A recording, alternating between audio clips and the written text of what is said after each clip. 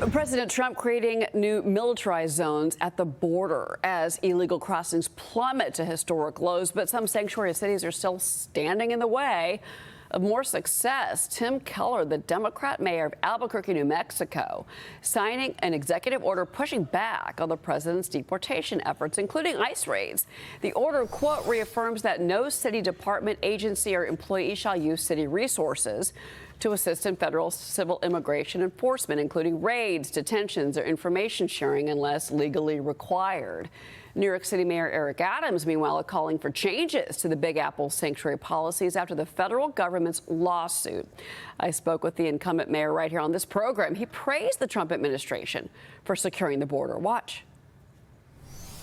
When these buses started to come into New York City, bus after bus, we ended up with over 60,000 migrants in the care of New York City that the New York City taxpayers were paying for. Did you feel heard by the Biden administration at that time? Because it seemed that you got a bit of a cold shoulder. Yeah, no, without a doubt. This was after 10 trips to Washington. So when people say you criticize the White House, I criticized the White House after 10 trips and sitting down with the president and stating that this was costing us 7.7.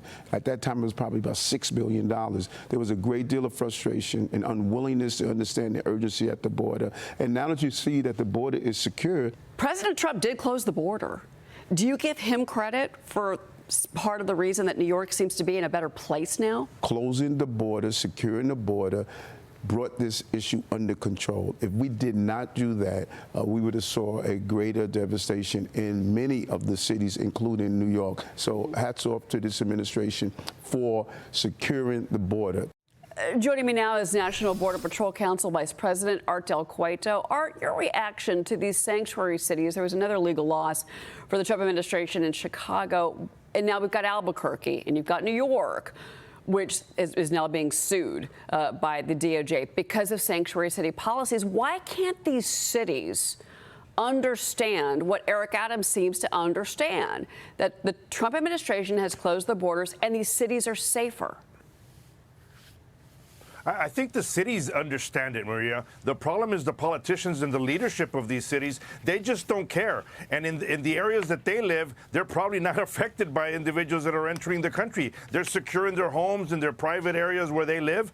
The reality is, look, these sanctuary city policies, it shows they create that magnet for more criminal behavior. They create that magnet for more individuals to enter their country, into their areas and their cities, because they know that there's going to be no consequences. Mayor Adams, look, he's in a spot where he's seeing the difference from one administration to the other. You know, he's admitting it's a lot more secure, it's a lot better. That's why it's baffling to me to see leadership in cities and states still wanting to keep that magnet wide open.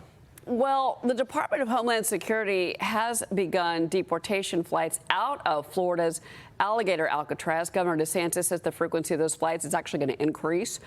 A Mexican consul in Orlando issued a travel warning to Mexican citizens to, quote, take extreme precautions when you come to Florida, stating they will detain you here for anything. Art, I want to get your thoughts on this because there's a bigger story happening with this. You know, the FIFA World Cup is going to be in the United States in 2026. And there's a lot of, concern now that these other countries are going to tell their citizens, don't come to the U.S. Oh, no, don't come watch soccer and support your home team. I mean, isn't the messaging a little off here from these other countries, in particular that Mexican consul example I just gave you?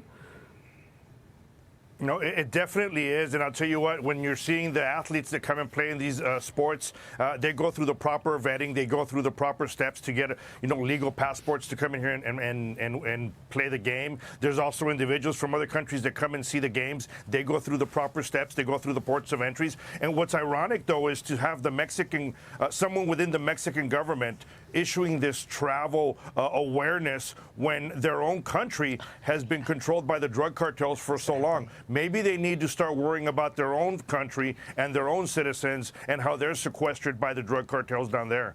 Art, a lot of these, we've seen reporting in the last 6 months, gosh, from the New York Times of all publications, about the fact that these fentanyl labs in Mexico, but just below the southern border, those very active fentanyl labs that were working and feeding all this fentanyl into the United States, all of those are shut down.